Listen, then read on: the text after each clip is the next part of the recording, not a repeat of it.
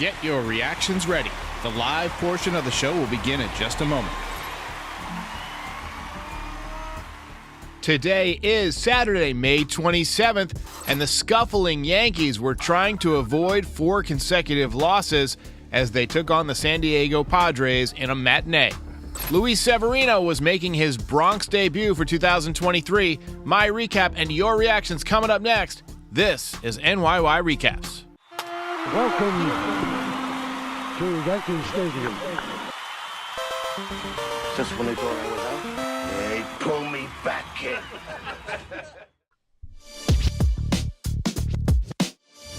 How's it going, everybody? Welcome back. Yankees win in walk-off fashion. Let's hear it. Losing streak is over. I gotta say, that's one of those games where even though it's a win, you felt like it was a little bit of a loss too. The offense, once again, was pretty much, lifeless most of the day. I want to begin with a shout out to Frankie Baseball, who usually helps me out with the highlights through innings 6, 7, sometimes later. He abandoned me and he abandoned you for Taylor Swift today. Jeez. If you were to look up all-time bonehead plays... I'm just kidding with you, Frankie. Welcome back, everybody. Outstanding performance by Luis Severino today. As I mentioned, another slow day for the offense. But we've pretty much come to expect that lately from this team. Yankees came into this game with another slump. And overall this season, they entered the game with a .234 team batting average, which was 22nd in the league. So not only did the Yankees, need to win today and stop a losing streak, they needed to figure out a way to score some runs. Luckily, they got some great pitching today. That's pretty much the story of today's game. I kind of feel like the Yankees need to consider making a trade sooner rather than later. If they really want to contend this year and they really want to try and win this division, look, you got to start making some moves. I mean, this offense is just lifeless. I feel like what we're seeing now with the Yankees lineup is the result of multiple years in which the organization has disregarded batting average and disregarded contact hitting ability as useful, right? And so now you're seeing that when you build lineups around launch angle, around, guys who are going to clobber bad pitching but whiff against good pitching, it's not a good long-term strategy. And you're seeing it in the minor leagues too. Too many low batting averages. We got to get more guys who can hit line drives, hit line to line. And, we won today. We squeaked this one out, but we got to see more offensively. We have got to see more offensively. So Luis Severino came out with guns blazing. 2 strikeouts in the first inning, dominating fastball, sharp slider. And sometimes, it takes him a while to get going. So when he's got it, from Jump Street, it's probably going to be a pretty good day for him. And it was. Yankees did come out swinging in the first, hard single off the wall for Judge, line drive single for Anthony Rizzo, and then DJ ripped one down the left field line to score Judge, but Rizzo got thrown out at home. And honestly, the third base coach, Rojas, probably shouldn't have sent him there because Rizzo is slower than frozen molasses, but the Padres executed a great relay throw. I mean, they did exactly what they needed to do to nail him at home plate. One bobble, one errant throw, and Rizzo scores. But again, you got to be more careful with, guys like Rizzo on the bases because he's just slow and he gets thrown out all the time. And it's not always his fault. I mean, some guys feel like they're fast, but they're not. Severino continued to dominate. Quick second, quick third, 10 up, 10 down to begin the game. But then Fernando Tatis hit a solo home run off the back of the bullpen wall in left field. Solo shot to tie the game. First hit and only hit that Severino allowed on the day. I got a couple of comments on Twitter, and I've seen a couple of comments here on YouTube where people say that, and they ask my opinion, should the Yankees drill Tatis? Should the Yankees drill Soto for hitting a home run or for celebrating on the bases? Absolutely not. Absolutely not. if you have to resort to a violent act because you're upset that you're losing, you're in the wrong. Just make your pitches and then you don't have to worry about it. But that's part of the sport now. This isn't 1945. Let guys play. Let guys show emotion. It's emotion and things like that that draw in young fans. So if you're going to drill somebody and try and hurt somebody because they celebrate a home run, you're a loser. Full stop. That's Armando Benitez did that. And nobody even celebrated. It was just, frustration. If you have to be violent towards another athlete out of frustration, you're losing. Severino finished off the fourth with a strikeout on a 100-mile-an-hour fastball, fifth strikeout of the game. He was through 6 innings and had just 70 pitches, so you're wondering how long he's going to go. And for the most part, he was overpowering. This is the best we've seen him in a while. I think it's safe to say that he's healthy, which is a positive. Top of the seventh, he got 2 quick outs, and then he kind of lost it against Nelson Cruz. He walked him. He was at 80 pitches, and Aaron Boone came out to the mound. Severino, you could read his lips, said, "Don't take me out. Please, don't take me out." Don't have to be an expert lip reader to read that. He wanted to stay in the game, and I commend him for it. And he did his job. He got a routine ground ball to second base, but Torres booted it. What are you going to do if you're Severino? Mike King came in and allowed a single to the first hitter he faced, and that made it 2-1 Padres. And at that point, you're thinking, oh, shit. Here we go again. Yeah, I was pretty livid at that point. But the Yankees did get right back off the mat. Mr. DJ LeMahieu. That ball is high. It is far. It is gone. DJ might be back, ladies and gentlemen. DJ may be back. 6th home run, opposite field shot. Second RBI of the game. He's been asked for about 2 or 3 weeks. And, we've been wondering if he's, hurt, quite frankly, because he's played hurt before. And we saw the same kind of results. But he said last night after the game that he feels like he's close. And with his couple of hits today, you have to hope that, he is correct about that he's back. Super Chat says, agree with letting the kids play, but how much is too much and classless? Look, it's not our point to be violent towards someone because they have no class. You know what I mean? Just because someone acts like an asshole doesn't give you the right to throw a 100-mile-an-hour baseball at them. That's just the wrong way to approach the game. Period. But appreciate the dono. Bottom of the 8th, Oswaldo Cabrera led off the inning with an infield single, but Volpe bounced into a double play to end the inning. Double kill. Padres got a runner on base in the 9th, but great job by Wandy Peralta to pick him off. So a fun little pickle. I love a good pickle where you get the runner stuck in between the 2 bases and you got guys going back and forth. That's awesome. I love that. Clay Helms came in for the 10th, and he worked a 1-2-3 inning. Bottom half, Isaiah Kiner Falefa with the big base hit to drive in a run and walk it off for the Yankees. Huge win to break the losing streak. Ball game over. Yankees win. Yankees win. Jason says he needs a Judge ball cap. So this is the new one. This is the trucker hat, but we're going to switch to the fun hat. A lot of belt candidates today. I was inclined for most of the game to give it to Luis Severino. I see a lot of votes and a lot of comments that have changed my opinion because I do think that this one guy breaking out and having such a good game was critical, and we do not win without him, Mr. DJ LeMahieu. Let's go. Belt winner.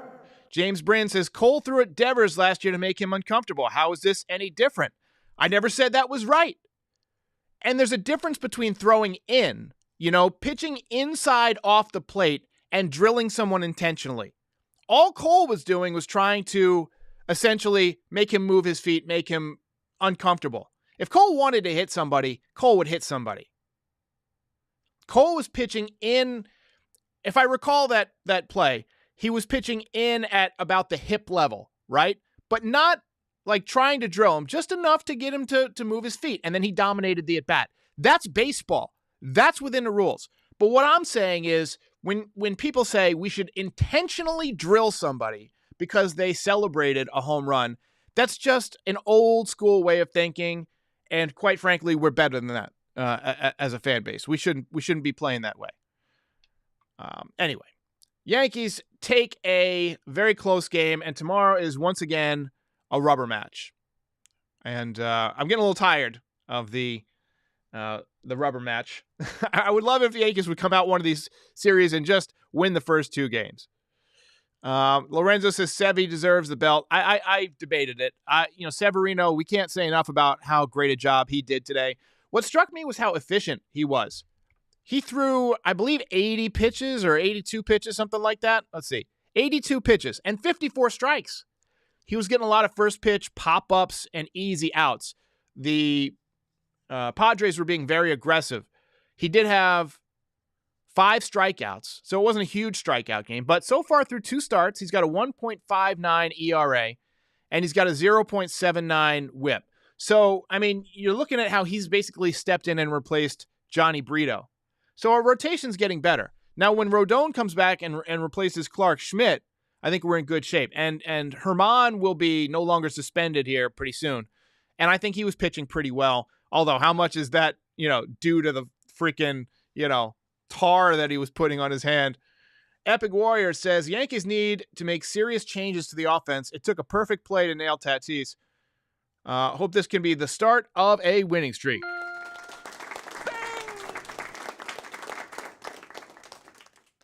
And Jeffrey Cole says, Glaber gave away Severino's win with a ridiculous error.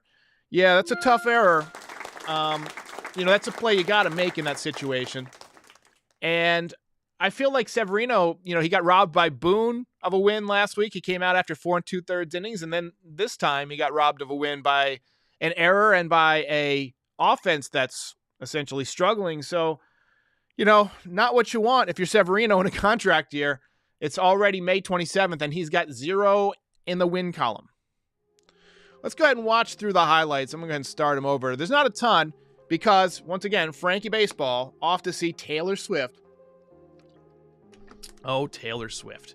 So we're going to start with the 99 from Severino in the first inning on the black. Just what a pitch. This is another breaking ball. Looked like he hung it a little bit, but it still gets the outside corner.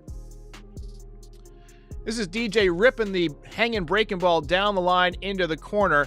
You see the relay throw here. Beats him by about, 7 or 8 feet. Honestly, a great relay throw, but you gotta reconsider sending Rizzo. He's one of your slowest runners on the team. I think he's one of those guys that pretty much always gets the stop sign unless it's a do or die situation.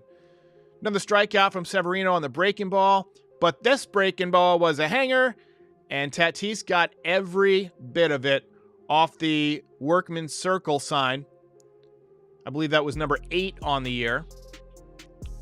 This is later on, 100-mile-an-hour fastball at the top of the zone, just very crisp.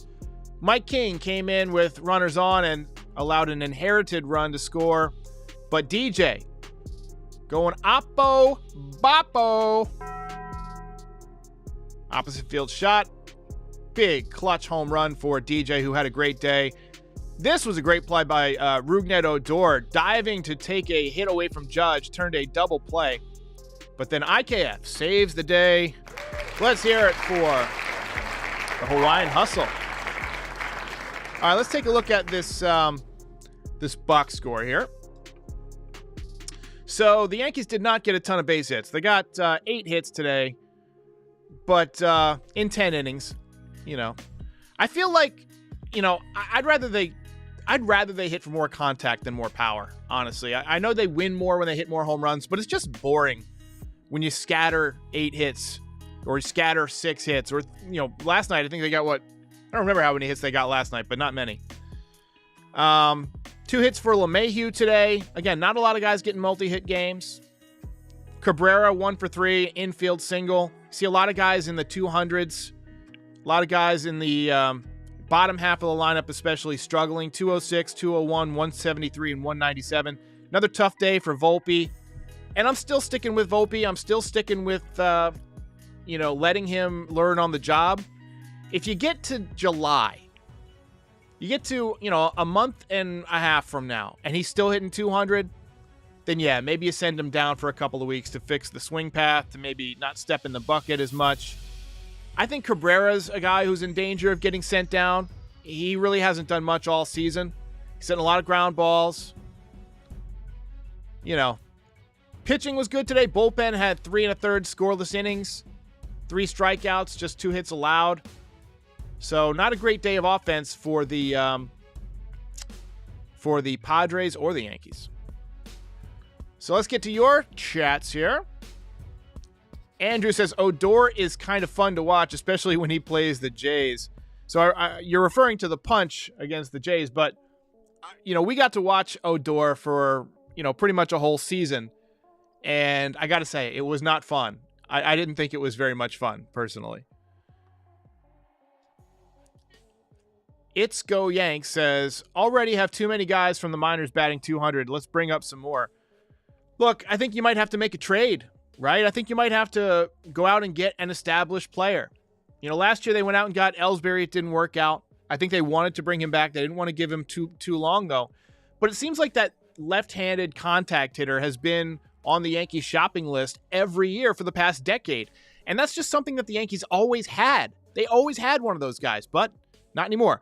Hopefully these guys coming up through the minor leagues, Spencer Jones, Austin Wells, can maybe, be those guys. But look, they're not ready yet. And you need something. You need something out of left field. You need something more offensively to kind of keep this lineup going. Now, we're getting Stanton back, but again, he's a righty.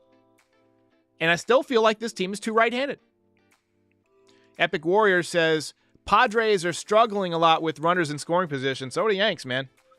The other day, I texted my friend who's a Padres fan. And I said, hey, how's your team doing? Who's hot? Who's not? And he said, well, nobody's real hot. We've been struggling with runners in scoring position. I'm like, sounds familiar. And then I said, how's your bullpen? He said, well, bullpen's not bad, but they're pretty worn out because the starters haven't given us any innings. And so I sent him the Spider-Man pointing at Spider-Man meme. Like, oh yeah, samesies. Anyway. Oh, did I say Ellsbury? I said Ellsbury. It is like a bad dream. I meant Benintendi. I always get Benintendi and Ellsbury mixed up because they both played for the Kansas City Royals. They're both, left-handed bats. And they look kind of alike, honestly. But yeah.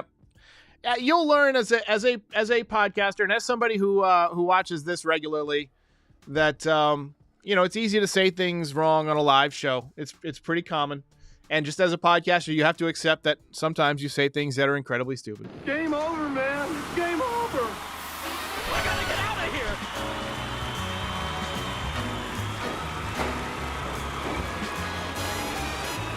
Glassberry. I haven't seen that one in a while. You gotta go.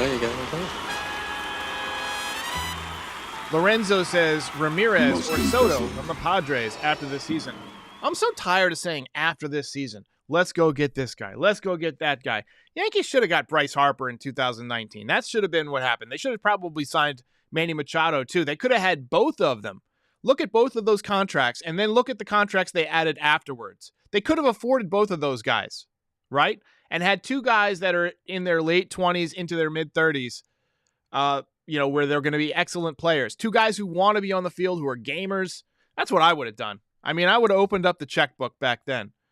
And then focus all your attention on developing depth, developing guys who can pitch, that type of stuff, and not have to worry about those positions. Anyway, Andrew wants to trade for a closer. I think that's a possibility. Mel says Ellsbury came from Boston. He did come from Boston, but he began, I think, with, didn't he play for the, I thought he played for the Royals at some point. Did he not? You're right. They did sign him, but I thought I could have swore he played for the Royals. I'm going to look him. You know what? He didn't. You're right.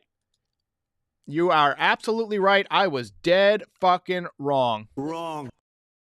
He didn't play enough really for me to log who he played for. He played with the Red Sox from 2007 to 2013, and then with the Yankees off and on from 2014 to 2017. And then, he had a 7-year contract and only played in 4 seasons for the Yankees. That's pretty bad. So 3 entire free seasons. But Eddie Fox pointing out that Judge struggled when he got called up. I put up a video the other day about that as well. Judge hit 179 as a rookie. He was very high in his stance. He changed it in the offseason, rebuilt his swing a little bit, and came out strong. I think that you're seeing some mechanical issues, and Paul O'Neill pointed them out in this broadcast. He's stepping in the bucket a little bit too much. He's got a little bit of a loop in his swing. He needs to iron some of that stuff out, but, that's the development that's going to take place as a young player. So, hopefully he can get it. Yes, Johnny Damon, that's who it was that played for the Royals. That's right. So, yeah, Damon went from the Royals to the A's to the Red Sox to the Yankees. Ellsbury was just Red Sox Yankees. So, I get all my left-handed hitters confused, but anyway, they all kind of have the same type of game, left-handed slash hitters with a little bit of pop. Ellsbury didn't have much pop as a Yankee. Benintendi was starting to show pop, but then he got hurt, and I don't think he's had any home runs. Does he have maybe 1 or 2 this year? Let's see what he's doing. I saw a meme the other day about how he wasn't hitting for any power, so right now he's got no home runs. Wow.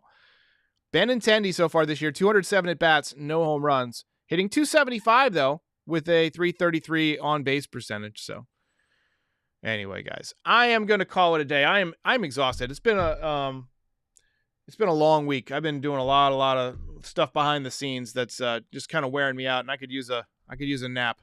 So I will catch you guys tomorrow. Rubber game. I'll see you then. Ball game over.